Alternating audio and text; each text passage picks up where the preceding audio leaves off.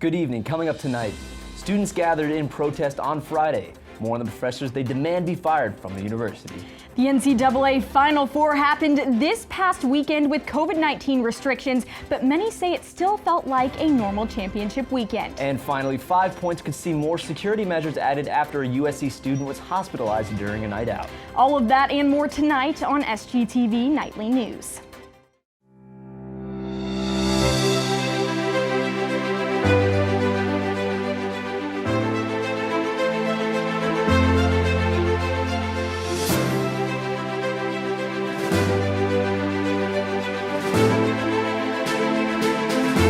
Live from the Kennedy Greenhouse studio, this is SGTV Nightly News. Good evening, Carolina. I'm Justin Walsh. And I'm Kendall Smith. Thanks for joining us tonight. On Friday, students at the University of South Carolina came together to protest the handling of sexual assault and harassment cases at UofSC. Fire All Abusers was the name of the protest, and students demanded that faculty members accused of sexual misconduct are immediately terminated. The march spanned across campus as protesters walked by sites such as the art building, the location where David Voros, an art professor who has been accused of sexual assault, works. Voros has a history of sexual harassment and misconduct from his entire time at USC. Currently, Professor David Voros, along with others accused of sexual misconduct, have been removed from the classroom but have not been fired from the university.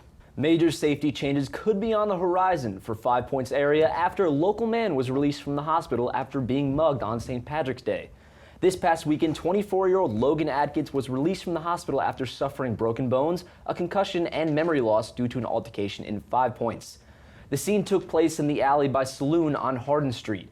He is currently in stable condition, but the family is now trying to ensure that this type of situation can be prevented going forward. The victim's mother, Alan Adkins, is now petitioning for improved security measures in the district, such as better lighting and greater amount of cameras. She contacted the representative of the 5 Points neighborhood, Seth Rose, regarding her concerns, and he claimed that more lighting in said alley can be expected in the coming days. Rose also mentioned that upgrades to security cameras in the area will be put into effect so that the first responders may be able to keep an eye on the area in real time.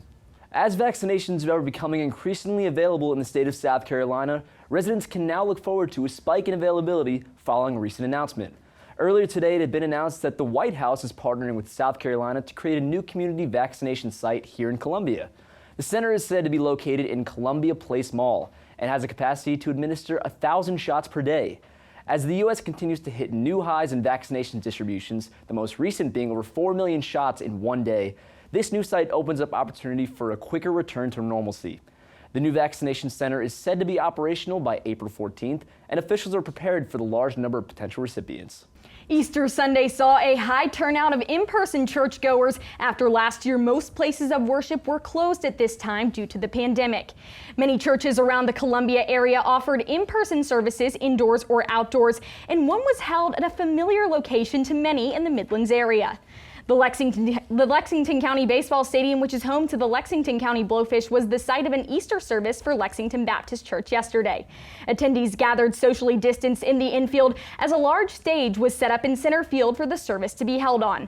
Now, as to whether or not Lexington Baptist will continue to hold Easter services at the ball field, well, they haven't decided yet. But according to churchgoers at yesterday's service, it was a success. And coupling going to church with going to the baseball field just sounds amazing. Two of my favorite things. You know I love baseball, Justin. Oh God, everybody knows that. But yes. This past weekend, I got the chance to go to a service in person. It was such a nice way to return to a sense of normality, because God knows we haven't had that in a while. But this seems like a very nice hybrid of two loves that many people have, so it was great to see. Absolutely, and I'm working for the Lexington County Blowfish this summer as an in-game host and reporter, so very exciting to see it there as well. Always. Because it definitely hits close to home. But coming up, SGTV sports anchor Braden Malloy will talk about the results of the Gamecock women's basketball team's matchup with Stanford in the NCAA Final Four, and he has more on the men's baseball season coming up next. Welcome back, everyone. Gamecock women's basketball took on Stanford on Friday in a Final Four matchup with a trip to the championship on the line. Let's check in with sports anchor Braden Malloy with all of the details. Braden? Dawn Staley and her Gamecocks suffered just their 5th loss of the season Friday, and unfortunately it came in the Final Four as they fell to the #1 overall seed Stanford, 66-65. It was close, and Carolina had a chance to win. Let me set the scene. 6 seconds left. Aaliyah Boston grabs the loose ball, passes it to Bree Bill, who drives to the hoop. Time is ticking. She puts up a tough layup. It won't go. Boston, the team MVP, grabs the rebound, gets a great look, throws it up. The buzzer sounds, and it rims out of the hoop. Now, the Gamecocks might not have won on the court, but they were picking up some wins elsewhere. Zaya Cook was named to the All-Tournament team, and Boston received the Lisa Leslie Award, giving to the best center in basketball. With a young and hungry team, Coach Staley has no doubt they'll be back atop the league soon. Though the Gamecocks came up short on Saturday, the NCAA tournament still went on in person, with some limitations on capacity and other safety measures for each match. SGTV News 4 sports reporter Kendall Smith got to capture these changes down in San Antonio, which many people say hardly took away from the normalcy of the event. You know, I know we're in a pandemic. I know that we had to bubble up in a hotel, but it certainly felt like a Final Four when we were everywhere besides in our rooms, which is a really cool thing. High words of praise were spoken by the head coach of the South Carolina women's basketball team, Dawn Staley, about the normalcy of this year's Final Four. Like most events over the past year, the NCAA tournament underwent major changes, including implementing social distancing practices and a limited fan capacity. If you don't wear it and you're not eating or drinking, then we do give you a warning and then you're escorted.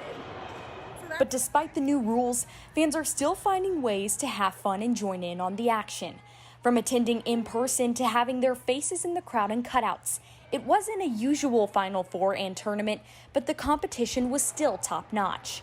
Even fans from home found new ways to celebrate their teams competing.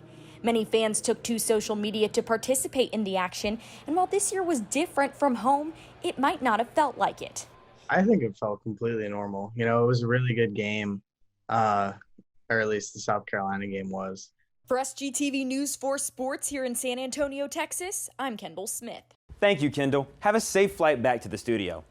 Moving over to the Diamond, Gamecock baseball is rolling as they took this weekend series against Georgia 2-1.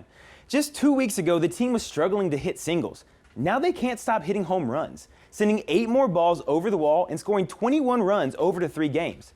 Now, Carolina pitching did its thing too, allowing only 24 hits while striking out 31 Bulldog batters. This was Carolina's first series win over the Bulldogs since 2013, and they'll look to stay hot as they take on North Carolina Tuesday at 7 p.m. on the SEC Network. That's all we have from sports tonight in South Carolina. Back to you. Thank you, Braden. As you can see, Kendall did in fact get back here I fast and did. safe, I moved so no fast. worries. I moved quickly. When we come back, we'll talk our top song drop of the week and how you could take a break from Russell House food with a healthy event on campus. So stay with us. Welcome back, Carolina. Now it's time to talk about our top song drop of the week with entertainment anchors Callista Yost and Brianna Lachey. What's going on, guys? Thanks, Justin. Happy New Music Monday, y'all. I'm Brianna Lachey. And I'm Callista Yost, here with tonight's news and entertainment. Let's jump right into our top song drop of the week. Singer and actress Olivia Rodrigo released another hot single Thursday, and I'm here for it. Deja Vu gives us much more baddie energy than her last single, Driver's License, and Rodrigo also announced that her next album, OR, will drop in May, and I will say I am so excited for it. Right, I'm actually quite excited because like her last song, it's a little catchy, so I know she got something up her sleeve. It's catchy, and this one gives me very much like a, oh, I'm gonna call you out because you're doing all the same things with her that we did.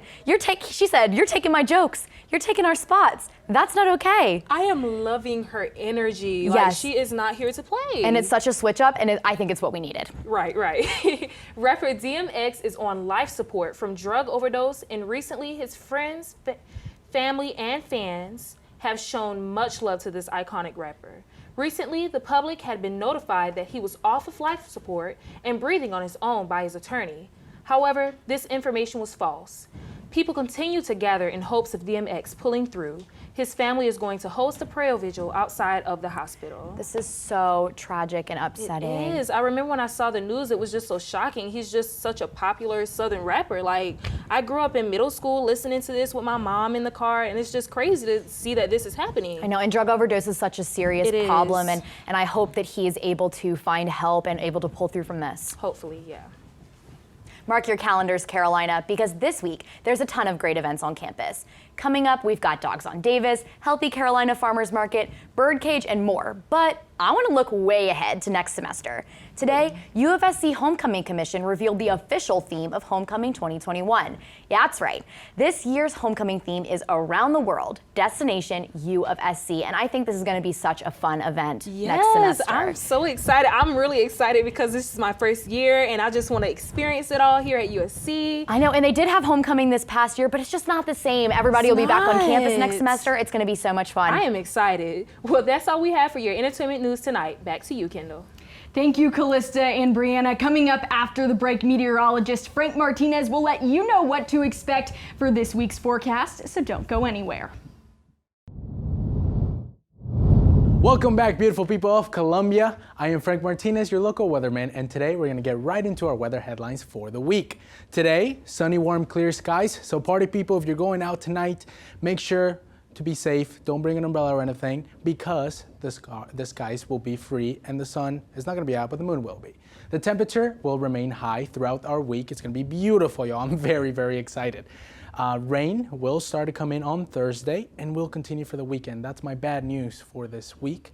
And Friday, that rain is going to pick up and we will have a slight chance of thunder. All right. Moving on to our highs for the state today. As we can see, our mode number was 81 across that middle section. And the rest of the temperatures were actually in the high 70s, except for Myrtle Beach, where we had the 72, and Hilton Head, where we had the 73. Yo, I am very, very excited. You see that? Monday, Tuesday, Wednesday, clear skies, beautiful sun out. We're gonna have the temperatures of 81, 83, and 85. And yes, we will be walking on sunshine. And no, I'm not gonna sing it because I'll end up breaking one of these cameras, all right? So we're gonna go on Thursday. That rain is gonna come through and stay with us.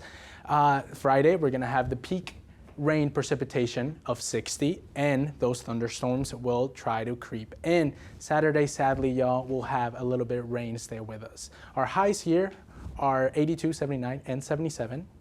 That is all for me today.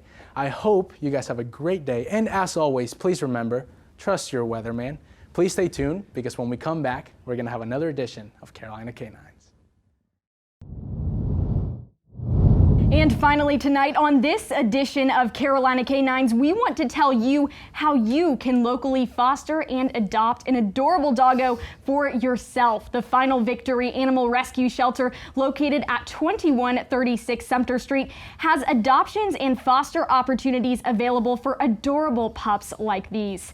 To learn more information, you can visit Give a Dog a Bone, a student club that works through the shelter, at Give a Dog a Bone USC on Instagram. And I would love to go and get these dogs. We've actually been to the Final Victory Animal Shelter. They do amazing, amazing things over there. So if you have the opportunity, if you have the means, I strongly encourage it. Dogs are a gal's best friend, so. Absolutely, and a guy's best friend, I'm just saying. Yes, absolutely. Ever since we saw them for the first time, they've been so hospitable, especially for a nonprofit. They do such amazing work. And I know a big thing that a lot of USC students do, you can actually go to the shelter one day, take a dog out for a day, just walk around campus, hang out on the horseshoe. It's a great time. I know a few of my friends have done it. I'm pretty tempted to do it myself. Just for a daily dose of serotonin, but if you can't commit to fostering or adopting a dog, just take them out for the day. Yeah, really absolutely. Absolutely. An incredible place right here in Columbia, and so many incredible dogs there as well. But that's all we have for tonight's edition of SGTV Nightly News. Be sure to follow us on Instagram, Twitter, and Facebook at SGTV at USC. To keep up with all of our content, be sure to also visit us online at sgtvonline.com.